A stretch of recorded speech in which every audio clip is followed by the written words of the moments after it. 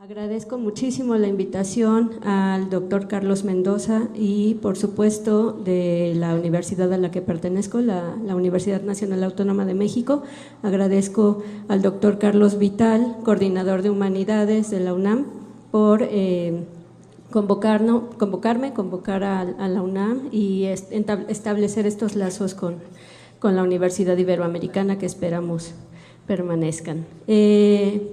Pues comenzamos con los ponentes. Les presento primero a Amador Fernández Sabater. Él es investigador independiente, editor de Acuarela Libros, ha participado en varios movimientos sociales estudiantiles de antiglobalización, copyleft, etcétera. A lo largo de los años ha ido haciendo una experiencia de pensamiento como algo fundamentalmente práctico que sirve al hacer sin ser utilitario, situado, que habla desde un lugar o experiencia concreta, colectivo, que se teje junto a otros en torno a problemas comunes, desafiante, que pretende no dejar al mundo ni a uno mismo igual que como estaba, e implicado, es decir, que parte de preguntas que uno se hace sobre su propia vida. Es autor de Filosofía y Acción, coautor de Red Ciudadana tras el 11M, cuando el sufrimiento no impide pensar ni actuar, con y contra el cine, en torno a mayo del 68 y Fuera de lugar. Conversaciones entre crisis y transformación. Muchas gracias por acompañarnos, Amador. Tendrán 20 minutos, 25 minutos cada uno para compartirnos su ponencia. Empezamos. Muchas gracias por la invitación a todos los que han hecho posible este encuentro. Como se ha dicho, me llamo Amador Fernández Sabater y vengo de la ciudad de Madrid. Y bueno, en Madrid y en toda España hubo hace unos cuantos años un movimiento muy potente que se llamó Movimiento 15M por la fecha de su nacimiento, el 15 de mayo de 2011. Y fue un movimiento que ocupó y llenó de alegría, de cuerpos, de potencia, ¿no? De la potencia de estar juntos, de la potencia de desafiar el orden de cosas con otros, las plazas de toda España, justo en medio del peor momento de la crisis económica, ¿no? Y lo hizo con eslóganes muy radicales como no nos representan, lo llaman democracia y no lo es, o vuestra crisis no la pagamos. El movimiento estuvo activo con diferentes metamorfosis durante 3, 4 años y luego entró en un cierto bloqueo, en un cierto impasse. Que dio lugar al partido Podemos, ¿no? Que supongo que conocéis. Fue el impasse, el bloqueo del movimiento 15M, lo que da lugar al partido político Podemos, hoy en horas muy bajas. Entonces, bueno, la reflexión que quisiera compartir con vosotros, con vosotras, surge justo en ese momento de bloqueo y de impasse. Es decir, es una reflexión que surge de la dificultad, que es muchas veces lo que nos hace pensar, ¿no? Muchas veces lo que nos hace pensar no son las cosas que van bien, sino precisamente los problemas que tenemos, tanto personales como en las prácticas colectivas, ¿no?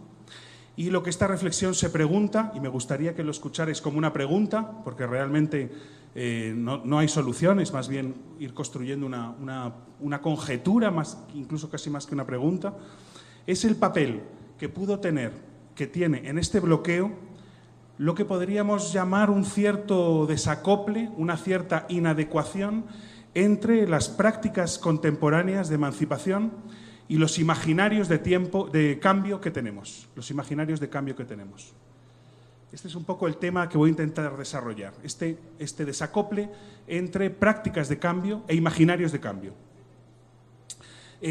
Como veis, por lo tanto, es una reflexión muy situada en mi experiencia en Madrid, en Europa, con todas mis referencias que son bien europeas, pero aún así creo que puede ser una reflexión abierta, que interpele, que resuene con otras, aunque sea en una tensión también, ¿no? En una tensión de los lugares de procedencia y de pensamiento, ¿no?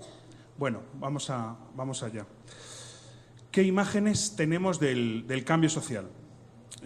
Yo creo que durante 2 siglos al menos me parece que la imagen privilegiada de cambio social, de transformación social, fue la imagen revolucionaria, la imagen de revolución, que nunca consistió en una sola imagen, sino que era todo un ramillete de imágenes que iban juntas. La imagen de revolución iba junto a la imagen de militancia y de compromiso, iba junto a una cierta imagen de temporalidad, iba junto a una cierta imagen de conflicto, de antagonismo, una cierta imagen de enemigo, una cierta imagen de organización. Era todo un ramillete, toda una constelación de imágenes, la imagen revolucionaria de cambio, ¿no? Imagen lo entiendo muy brevemente, no como un concepto o una idea clara y distinta, sino casi más como lo que hay detrás de eso, ¿no? Modelos difusos, ideas medio inconscientes, que están ahí y que tienen, yo creo, un papel bastante importante en la determinación de nuestra mirada y de nuestro sentido de la orientación, de lo que vemos y de cómo nos movemos personalmente y en la política, ¿no? Es decir, las imágenes son lentes y al mismo tiempo son brújulas, lentes y brújulas. Bueno, ¿cómo describir la imagen revolucionaria de cambio? Esto es una tarea de una enormidad absoluta, hacer esto en 3 minutos, ¿no? Pero bueno, ahí me lanzo. Le pido ayuda a una pensadora enorme también para que me ayude a atravesar la enormidad, que es Hannah Arendt, que tiene este libro que se llama Sobre la revolución. Y al comienzo de este libro, preguntándose por el significado de la revolución, Arendt entresaca 2 detalles de la Revolución Francesa, que le parece que de alguna manera componen una cierta imagen de lo que es una revolución, ¿no? El primer detalle es la ejecución del rey, la cabeza del rey que rueda tras haber sido guillotinado. Y el segundo detalle es el nuevo calendario. Ya sabéis que la Revolución Francesa, una vez supuestamente abolido el Nuevo Mundo, se plantea como el comienzo de una nueva era, el año 1 de una nueva era, y rebautiza todos los meses del calendario. Pluvioso, germinal, termidor, brumario, ¿no? Es el año 1, por tanto hay que inventar un calendario nuevo completamente también, ¿no?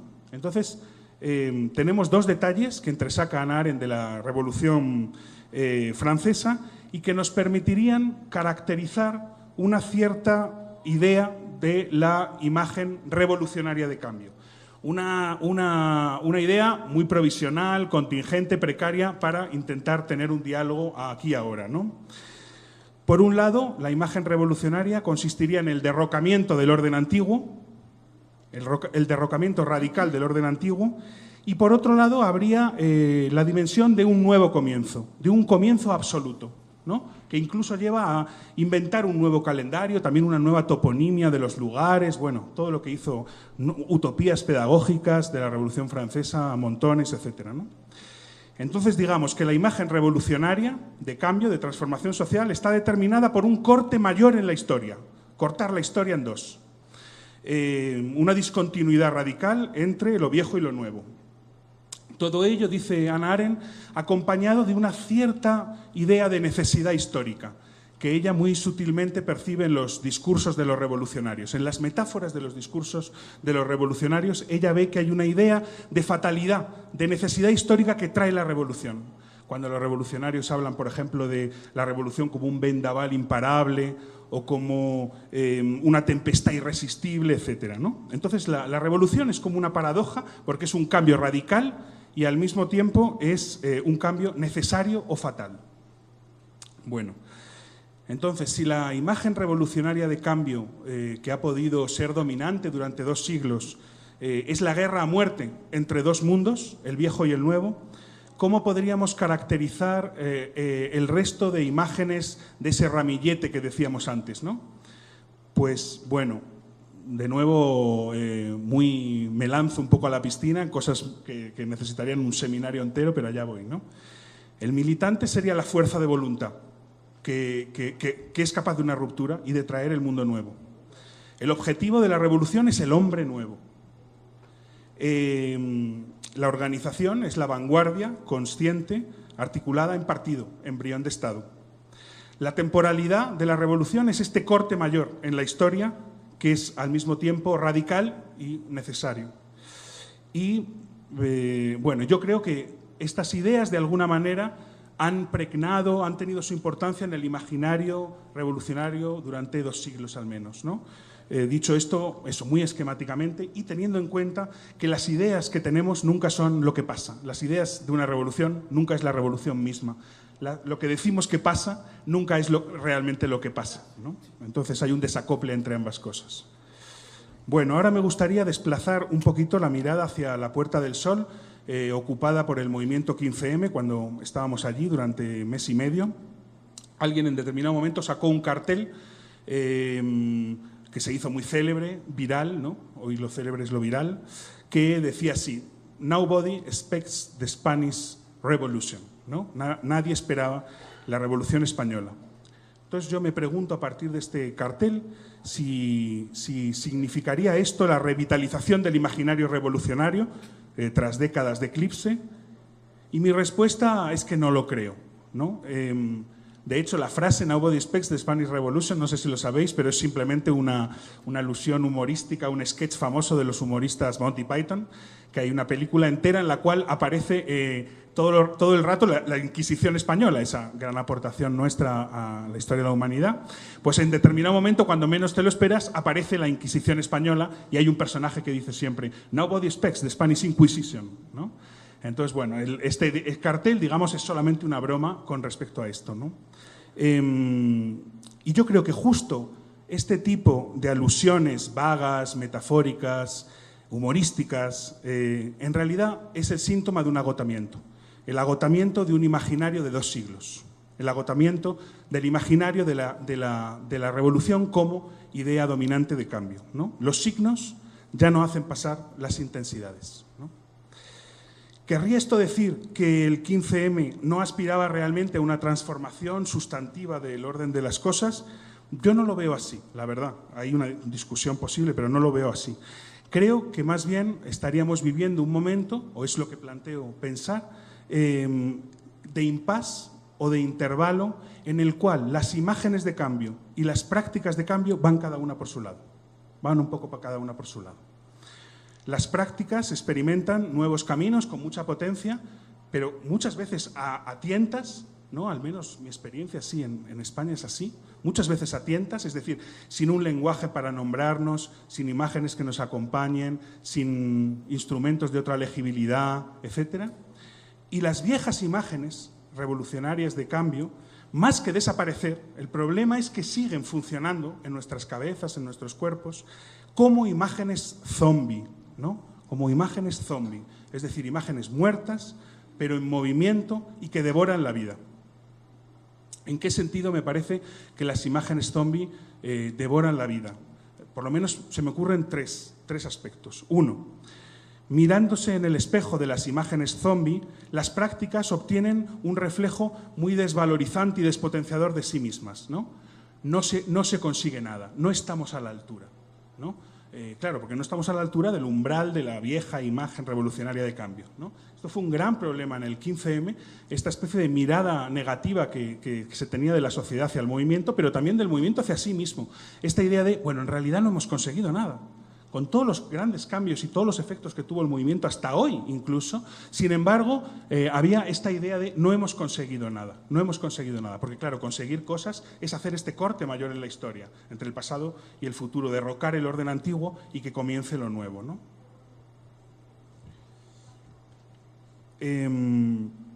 Otro problema, un segundo problema de estas imágenes zombies serían, me parece, que privilegian ciertos aspectos de las prácticas y desvalorizan otros. Se privilegia lo masivo, se privilegia el clímax insurreccional, se privilegia lo épico o lo hipervisible. Y, sin embargo, se desvaloriza o se invisibiliza otros aspectos de las prácticas, ¿no? La complejidad de un cambio social no lineal, que tiene mareas altas pero también mareas bajas, que tiene momentos visibles pero también invisibles, silenciosos, y que también muchas veces son transformaciones bastardas, impuras, que no siguen la pureza de un modelo, ¿no? Esta cuestión de la impureza de las revueltas actuales me parece que es muy importante, ¿no? Para entender cosas que por ejemplo, pasan en Europa ahora mismo con los chalecos amarillos en Francia, una revuelta muy impura, ¿no? Pensar la impureza de las revueltas contemporáneas, ¿no? Y por último, el último aspecto es que las imágenes zombie me parece que reenvían una y otra vez la capacidad de transformación a las formas y las fórmulas tradicionales, es decir, al partido que, tomando el poder, hoy mediante las elecciones, ayer mediante las armas, cambia las leyes y produce nuevos marcos jurídicos, ¿no? Es decir, el cambio social parece que es por arriba o no es, ¿no? Y la revuelta, para muchos pensadores, incluso de los que teorizan pues un nuevo poder constituyente, parece que es como el medio para que llegue ese nuevo gobierno, la antesala de un nuevo gobierno. Pero es solo un momento para lo verdaderamente importante, que es asumir de nuevo el gobierno, ¿no? Entonces, bueno, la pregunta que me gustaría lanzar es si algo de nuestro bloqueo o impasse tiene que ver con ese desacople entre las imágenes que tenemos de transformación social, que son estas imágenes zombie, y las prácticas de emancipación, las prácticas efectivas. Y bueno, creo que de alguna manera, y este encuentro también me ha parecido verlo en las charlas que he escuchado, pues bueno, que estamos todos buscando otras imágenes de cambio, ¿no? Imágenes que acompañen, que den potencia, que den valor al caos, digamos, de prácticas efectivas, ¿no? Bueno, aquí se abriría, digamos, cada uno está buscando sus imágenes, pegado a un determinado movimiento, etcétera, ¿no? A mí me gustaría traer simplemente una imagen de cambio posible, alternativa a la imagen revolucionaria. Las traigo del pasado voluntariamente, porque me parece que es importante no recaer en esta idea de que el pasado no podemos extraer nada para el presente de él. Es una imagen que me gustaría poner en contraste con la lectura que hace Hannah Arendt de la Revolución Francesa. Es la lectura que hace el filósofo marxista Antonio Gramsci de la Revolución Francesa, que me ha parecido muy, muy interesante al leerla, ¿no? Acordaos que Hannah Arendt pues, hablaba de que la ejecución del rey y el nuevo calendario son los dos detalles que componen la imagen revolucionaria de cambio. Sin embargo, Gramsci viene a decir, en su análisis de la Revolución Francesa, una idea, me parece inaudita, y es que cuando la Revolución Francesa se hizo, ya se había ganado. Cuando la revolución se hace, ya se ha ganado.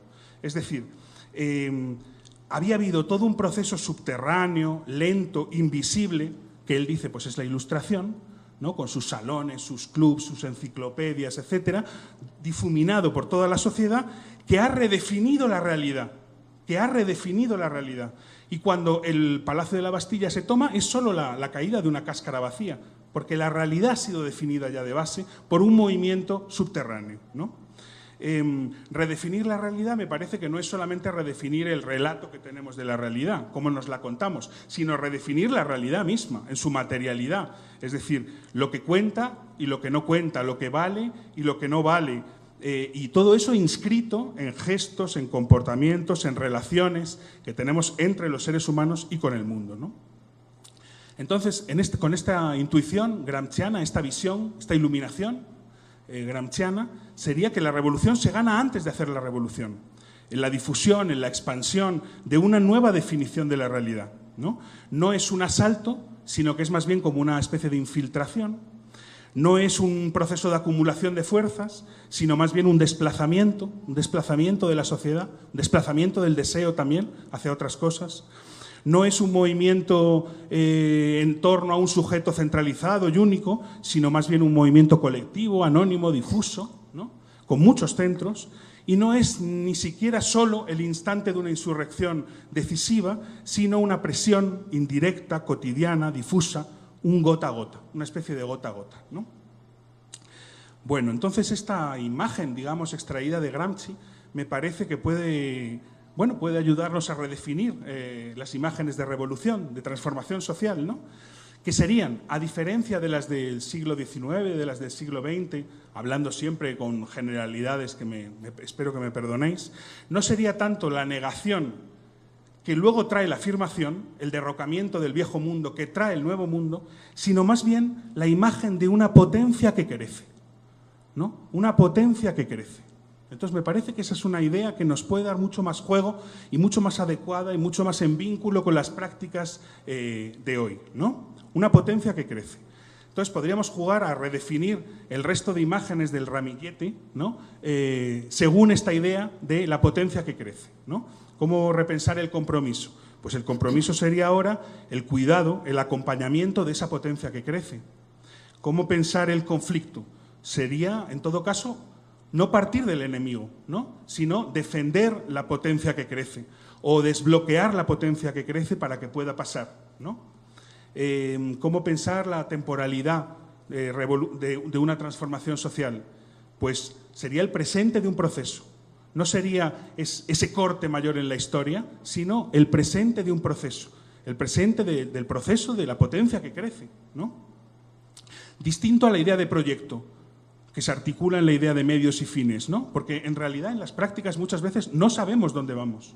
No sabemos dónde vamos, ¿no? Porque estamos acompañando una potencia que crece, pero no sabemos a dónde vamos, ¿no? No hay una idea de medios y fines.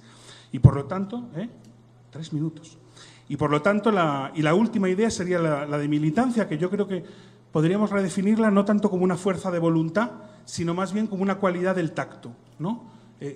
Lo fundamental ahora no sería la fuerza de voluntad, sino sentir la potencia que está creciendo, por dónde circula y cómo podemos acompañarla, ¿no? Bueno, y lo ultimísimo, ¿sí? Todavía tengo algo. Bueno, entonces, incluso podríamos sustituir la vieja idea de vanguardia por la idea de retaguardia o de asistentes de la potencia que va creciendo, ¿no? No quien tira de las cosas para que lleguen a lo que se ha decretado como lo que debe ser, sino alguien que acompaña, que cultiva, como un jardinero, un proceso de potencia que está madurando, ¿no? Bueno, una última advertencia, digamos, en esta intervención, que sería una advertencia contra mi propio discurso, ¿no? Que se me ha ocurrido además mientras escribía, digo, uy, aquí hay una trampa posible, un peligro posible. Sería pensar que un desafío que tenemos es cambiar un imaginario por otro. Cambiar el viejo imaginario de revolución como corte en la historia, destrucción de lo viejo, advenimiento de lo nuevo, por un nuevo imaginario, ¿no? Y yo creo que esto es un problema y un peligro, porque en realidad me parece que la potencia nunca tiene imagen. La potencia es sin imagen. No tiene modelo, no tiene a priori. Cuando surge la potencia no se adecúa a ninguna imagen, por muy estupenda que haya sido definida, como la de Gramsci o lo que sea, a ninguna imagen previa. La potencia es sin imagen. Crea nuevas imágenes, es un semillero o un humus de nuevas imágenes. Entonces me parece que un problema fundamental sería redefinir, no tanto solo traer nuevas imágenes, sino nuestra relación con otras imágenes de cambio. Que me atrevería a decir, un poco al hilo de lo que decía Rita ayer, que sería una relación pagana con las imágenes de cambio. Una relación pagana y no fundamentalista con las imágenes de cambio, ¿no? Es decir, una relación pagana con las imágenes es que esas imágenes, un poco como los dioses, viejos dioses grecorromanos, cambian, se transforman, se traducen, se metamorfosean, incluso si las pensamos como energías, se conmutan, ¿no? Tendríamos así un panteón de imágenes de cambio, ¿no? Infinito, siempre reapropiable, siempre traducible, siempre alterable, siempre modificable, de dioses, imágenes que son cambiantes, ¿no? E incluso así tendríamos otra imagen de lo que es la tradición, que es un ejercicio de traducción permanente del pasado para adecuarlo al presente, o una metamorfosis permanente del pasado para que las energías sigan pasando en el presente, ¿no? Y en ese panteón podrían estar incluso las viejas imágenes de cambio revolucionarias, pero ya no solo como las únicas, como las exclusivas, como las centrales, sino como unas más entre otras, ¿no? Que es, digamos, lo que era el panteón pagano, ¿no? Caben todos los dioses menos el que se pretenda único, que este es el escándalo pagano frente a los cristianos, ¿no? Bueno, entonces, lo último ya es que lo que me parece importante a la hora de retraducir la tradición, etcétera, es que no son importantes los signos. Lo importante no son los signos, las banderas, las ideas, los gestos, sino lo que en determinado momento los signos hicieron pasar como intensidades, como energías de cambio, ¿no? Y lo importante son las intensidades que se hacían pasar y que nuestra fidelidad, por tanto, al pasado no debe ser a los signos del pasado, sino a cómo podemos recrear, retraducir, metamorfosear las energías contenidas en ese pasado de transformación social, ¿no? Y ahí me quedo. Perdón por haberme alargado. Gracias. Gracias, Amador. Mucho que comentar e intercambiar posteriormente. Doy la palabra al teólogo José Legorreta, quien es profesor investigador de esta universidad. 10 minutos. Si es después de cada moderador, de cada intervención, hasta el final. Bueno, entonces seguimos con Gustavo Esteva. Perdón. Gustavo Esteva es un luchador social y un intelectual político desprofesionalizado. Es articulista de La Jornada y ocasionalmente escribe en The Guardian. Está involucrado en diversos movimientos sociales. Es autor o coordinador de más de 40 libros y cientos de ensayos publicados en varios idiomas. Ha recibido diversas distinciones académicas como el Premio Nacional de Economía Política, el Premio Nacional de Periodismo y un doctorado honoris causa.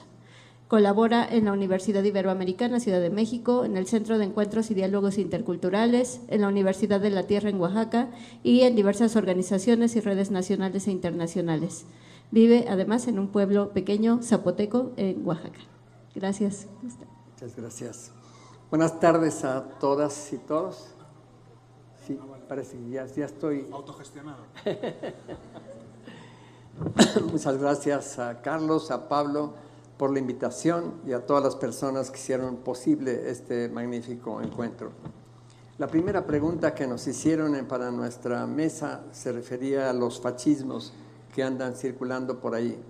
Yo quisiera empezar diciendo que, como ayer lo dijo Raúl Sibeki aquí en esta reunión, aquí en este mismo lugar, el fascismo es un fenómeno histórico acotado en el tiempo y en el espacio, y que no han tenido éxito los empeños de convertirlo, construirlo como una doctrina o una configuración social y política de carácter universal e intemporal. Esto significa que están ahora poniéndose equívocamente la etiqueta fascista sobre una serie de condiciones muy diferentes. Como el propio Raúl escribió hace un tiempo, decir fascista confunde y despolitiza. Y si le agregamos la etiqueta populismo y otras semejantes, agravamos el problema en lugar de resolverlo. Sin embargo, quizás tuvo razón Deleuze, no sé cómo pronunciarlo, cuando señaló que si bien el viejo fascismo ya no es un problema de nuestro tiempo, nos amenazan nuevos fascismos que convertirían el antiguo en una figura folclórica. Necesitamos identificar rasgos semejantes o análogos a los del viejo fascismo, analizarlos en el contexto actual, más allá de cualquier etiqueta, pero tomando en cuenta que el mundo que conocíamos ya llegó a su fin y que no podemos seguir viendo las cosas con la mirada de ayer. Resulta ridículo, por ejemplo, que llamemos todavía naciones, democracias o estados de derecho a las sociedades que existen actualmente. Las formas políticas del capitalismo dejaron de funcionar como el propio capitalismo. En los estados-nación ya no se cumplen las funciones básicas que tenían, como administrar la economía nacional, porque ya todas las economías son transnacionalizadas. Las fronteras nacionales, cada vez más porosas, solo operan como dispositivos de control. La soberanía nacional es una reliquia del pasado, lista para el museo, que ha dejado de tener toda sustancia concreta. Prevalece un estado de excepción en que la ley se utiliza para practicar la ilegalidad y garantizar la impunidad cuando los crímenes se vuelven la forma dominante y cotidiana de acción. Aquí no solo tendríamos que decir con Benjamin aquello de que para las clases inferiores, como se les califica, siempre hubo un estado de excepción, sino que también lo del Estado de Derecho es una simple idealización vacía, porque nunca existió en el mundo real. Nunca existió eso que caracterizamos como el Estado de Derecho. Un modo de producción se transformó en un modo de despojo y se desató con ello la Cuarta Guerra Mundial, de la que nos hablaron hace ya 20 años los zapatistas. Personas, comunidades y pueblos son el enemigo declarado y se utilizan todos los medios contra ellos. Por eso y por el colapso climático, aumenta diariamente el número de personas desplazadas, muchas de las cuales forman ejércitos de migrantes. El modo de despojo genera una acumulación de riqueza social sin precedentes, pero buena parte de ella, de esa riqueza que se acumula y se concentra, no puede ya convertirse en capital comprando fuerza de trabajo, ni en aumentar la producción. Se sigue produciendo en empresas capitalistas, pero el sistema llegó a su límite interno y no puede ya reproducirse en sus propios términos. Se agotó el proceso continuo de transformación del capital en trabajo y del trabajo en capital. Quedó en su lugar una sociedad autófaga que al tiempo que se destruye a sí misma, destruye todo a su paso. Proliferan actualmente muchos cachondeos apocalípticos que advierten de la próxima extinción de la especie humana. Se emplean con el discurso del calentamiento global para disfrazar la amenaza real, muy real, de la ingeniería militar que convirtió el clima y el propio planeta en un arma de guerra, que la está utilizando y que esta utilización forma parte de la Cuarta Guerra Mundial. Tales discursos disimulan también que por lo menos la mitad de la población es cómplice de la destrucción acelerada de la naturaleza y la sociedad con sus insensatos patrones de consumo. En vez de seguir hablando de cambio climático, debemos asumir sin reservas que se trata de un colapso climático y reconocer que somos parte del problema y no de la solución. Y aquí hay un salto que también corresponde a lo que nos preguntaron.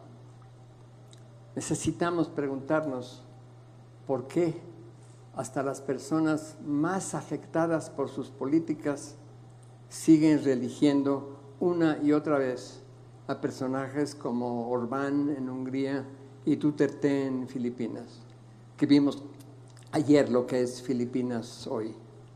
No son líderes carismáticos capaces de enamorar a las masas, no cuentan con estructuras organizativas tan extensas, penetrantes y eficaces como las que acaban de reelegir a Modi en la India. Tampoco se trata de dictadores clásicos, siguen empleando los dispositivos principales de la llamada democracia. Inclusive Orbán presume de que en Hungría están utilizando la democracia directa, la de las consultas ciudadanas, remediando así una de las limitaciones principales de las democracias liberales. Arundhati Roy dedicó su último libro, su libro más reciente, a los desconsolados, las personas que no encuentran consuelo a sus males o cuyo desconsuelo es tan profundo que no parece tener remedio. Se desmantelaron las condiciones de vida de un gran número de personas, las que les garantizaban una supervivencia digna, lo mismo que sus derechos duramente conquistados. Buena parte de ellos quedaron colocados en la nueva categoría de los desechables, cuya existencia denunciaron los zapatistas ya en 1994. Los desempleados tuvieron siempre una función en el capitalismo, eran la reserva de fuerza de trabajo. Estas personas, ahora el nuevo sistema genera un tipo de personas que no tienen ni hoy y no tendrán nunca ninguna utilidad para el capital. Por eso resultan superfluos, desechables, se les ha colocado en esa categoría. Y los desechables están siendo desechados ya. Y muchas de estas personas ya lo saben y enfrentan así una crisis espiritual profunda. Se sienten sin consuelo posible. La ansiedad y el temor se extienden por eso en la base social, expuesta continuamente a un discurso agresivo sobre amenazas inventadas o reales que acentúa una sensación generalizada de impotencia. Nada se puede hacer para remediar la situación que se padece o ante las nuevas amenazas sociales o ambientales. El montaje neoliberal logró desmantelar muchas organizaciones de clase que en alguna medida protegían a los trabajadores. En la proporción de sindicalizados en la fuerza de trabajo norteamericana, por ejemplo, cayó al nivel que tenía hace 100 años. Los individuos sin afiliación forman ahora masas que ya no se definen por su pertenencia a una clase social específica. En esas masas aparecen sentimientos comunes que muchas veces se asocian con un resentimiento general contra los grupos o élites que serían la causa de la situación y un rechazo a los partidos, las clases políticas, el sistema dominante. El dispositivo que consolida y moldea estas masas básicamente informes consiste en ofrecerles un camino de salvación, una posibilidad de ser protegidos de las amenazas y de recuperar cierta seguridad económica y social. Se les ofrece entonces una forma de consuelo. El dispositivo combina por lo general dos elementos: la emoción patriótica o étnica y la conciencia de superviviente. La primera unifica a quienes forman la masa, inculcándoles la idea de que las aglutina su identidad nacional o étnica. La conciencia de superviviente se forma al convencerlos de que ese elemento común, ese elemento de compartir una identidad nacional o étnica, asegura la supervivencia de quienes forman la masa y condena a quienes no tienen ese elemento común. El dispositivo funciona con mayor eficacia si se logra encarnar en una sola persona, que sería el líder protector de la patria o de la etnia frente a las amenazas reales o inventadas. Además, transmite a quienes forman la masa una sensación de poder, compartirían el del líder. La potencia, la capacidad real de que se les ha despojado se requiere simbólicamente en la transferencia. La construcción del líder se basa a menudo en su supuesto antagonismo con la élite dominante. Orbán es probablemente el mejor ejemplo de ese proceso. Aprovechó tradiciones y experiencias de Hungría para encarnar el dispositivo de control. Se envolvió en la bandera de la etnia húngara ante la amenaza enteramente inexistente de la invasión de musulmanes. El presidente Trump acaba de celebrar en Washington la política de Orbán, diciendo que es exactamente igual que la suya. Orbán creó en los últimos 20 años un mecanismo que concentra el poder económico en un pequeño grupo oligárquico y corrupto, y lo hizo con base en una estructura política fincada en la devoción y sometimiento de una masa mayoritaria, a la que sus políticas devuelven cierta idea de seguridad económica y social más en el discurso que en la realidad. Lejos de ser una excepción, el caso de Orbán podría emplearse para dar forma a un prototipo de lo que está ocurriendo en buena parte del mundo. Se habría formado una laxa alianza internacional por la seguridad al instalar la sociedad de control, que viene a sustituir a la sociedad disciplinaria y va más allá de lo que se llamó el capitalismo de vigilancia. Las que se llaman masas fascistas son diversas configuraciones sociales en distintos países y forman la base social relativamente estable de un régimen atrozmente autoritario dedicado al despojo y la destrucción. No organizado un nuevo modo de vida ni otra forma de existencia social. Carece de una propuesta política innovadora. Los actores que conducen el proceso y logran una acumulación sin precedentes de la riqueza social no actúan en forma concertada, con ideales comunes y propuestas constructivas, sino en función de una lógica de funcionamiento a la que ellos mismos deben someter. Comprende una compulsión destructiva incontenible que arrasa todo a su paso y extiende los tentáculos del régimen atroz que padecemos, que intenta llegar hasta el último rincón. El carácter racista y sexista del régimen que se ha instaurado se basa en la construcción sistemática del odio, no como sentimiento o emoción, sino como sistema. Lleva a su extremo el odio a la vida que caracteriza el patriarcado, bajo el supuesto de que la creación artificial es mejor que la natural. La nueva revolución tecnológica está llevando esa compulsión a su extremo. La reacción de las mujeres a la opresión cada vez más aguda que padecen está teniendo un precio muy alto. A medida que se organizan, se rebelan y llegan a tomar el liderazgo de procesos de cambio social en lo que se ha estado llamando la feminización de la política, algo muy distinto a la política de cuotas, aumenta la violencia doméstica y los feminicidios. Bajo el nuevo gobierno se asesina a 10 mujeres por día. Bajo este nuevo régimen se imponen sobre la mayoría de la población la disciplina económica y la ideológica. La primera oprime y descarta masivamente amplias capas de la población. La segunda inculca una mentalidad dominada por la obsesión de ciertos peligros inminentes, generalmente magnificados. Se instala así una fábrica de odio y una fábrica de miedo que forman parte de la fábrica de la mentira, que para Boaventura de Sousa es la proliferación de estas tres fábricas lo que sería el motor de la ola reaccionaria que vivimos. ¿Cómo reaccionar a todo esto? Nos preguntaron por las narrativas de respuesta a esto que tenemos encima. Es posible identificar varias, no solo diferentes, sino contrapuestas. Una corriente muy amplia de pensamiento y de acción tiene un sello nostálgico. Intenta reconstruir el régimen que terminó, dándole otro sello ideológico. Se impulsan reformas que retomen la rectoría del Estado y adopten políticas de mayor compromiso social. A pesar de diferencias ideológicas entre diversas corrientes de esta narrativa, coinciden en el impulso reformista, bajo la convicción de que ciertos cambios en las instituciones existentes conseguirán lo que se busca, que en general consiste en tratar de reconstruir la combinación de desarrollo capitalista y democracia liberal que Fukuyama consideró el fin de la historia. Tratan de darle un rostro más humano y menos destructivo.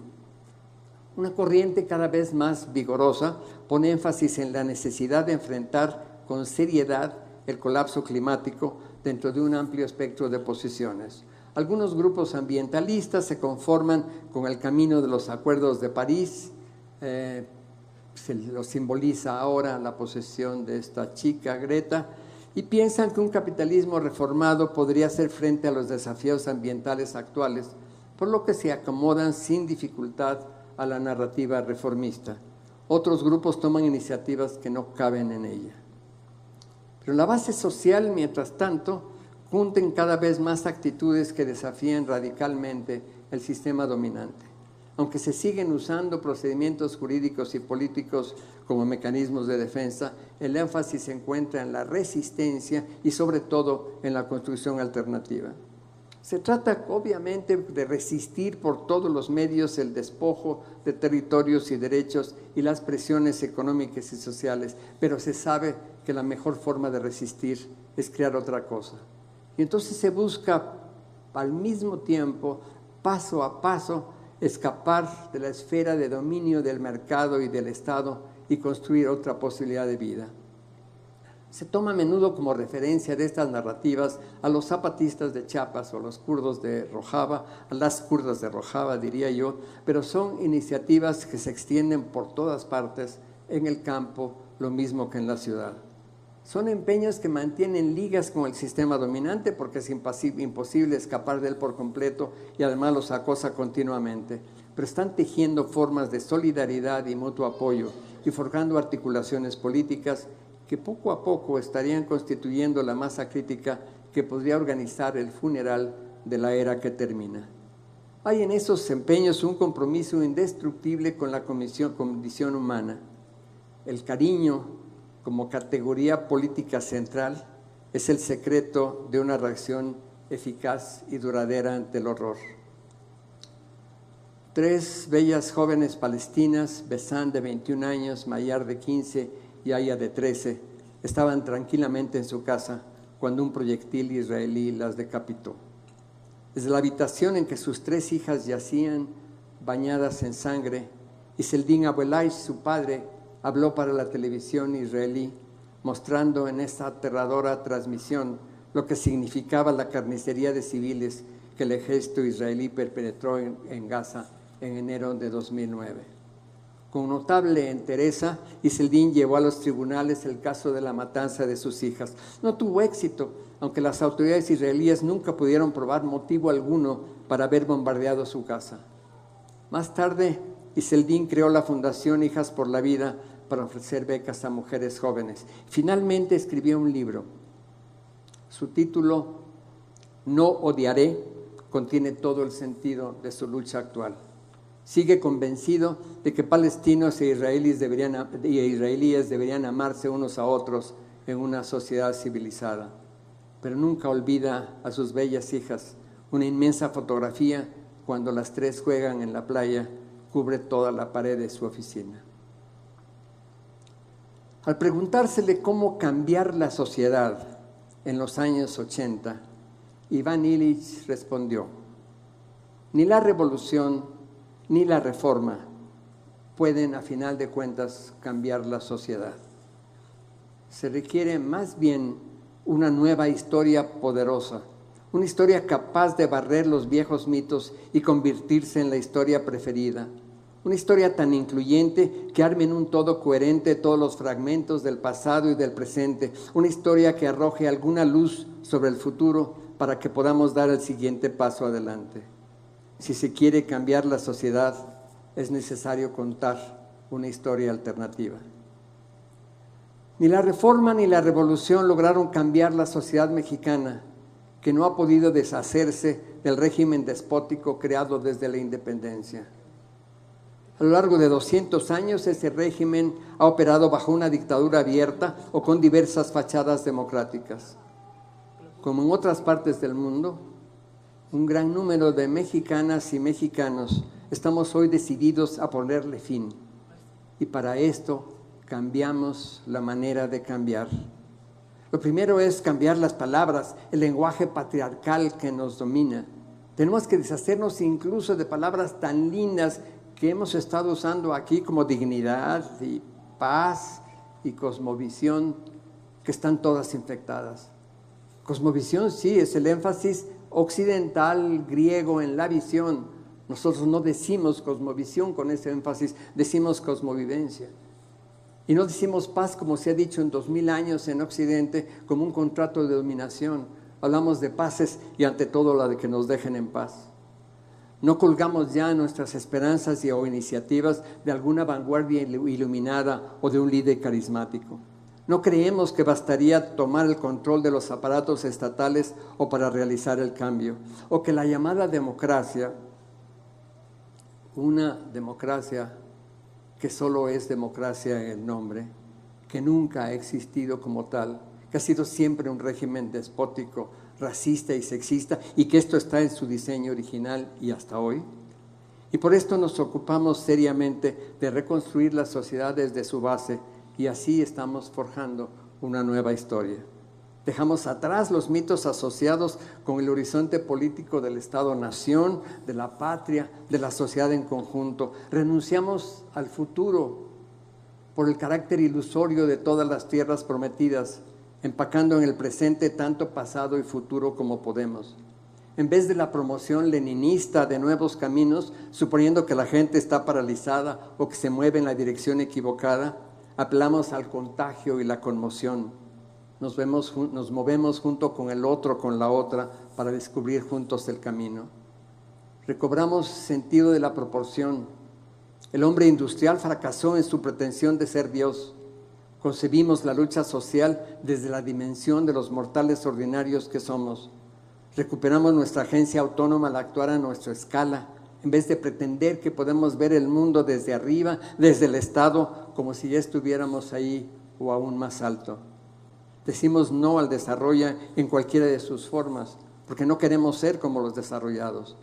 Recuperamos la noción de suficiencia, la idea de tener solo lo suficiente para vivir bien, en vez de la compulsión a tener siempre más, con base en la premisa de la escasez que funda la sociedad económica, por lo que ésta también va quedando atrás.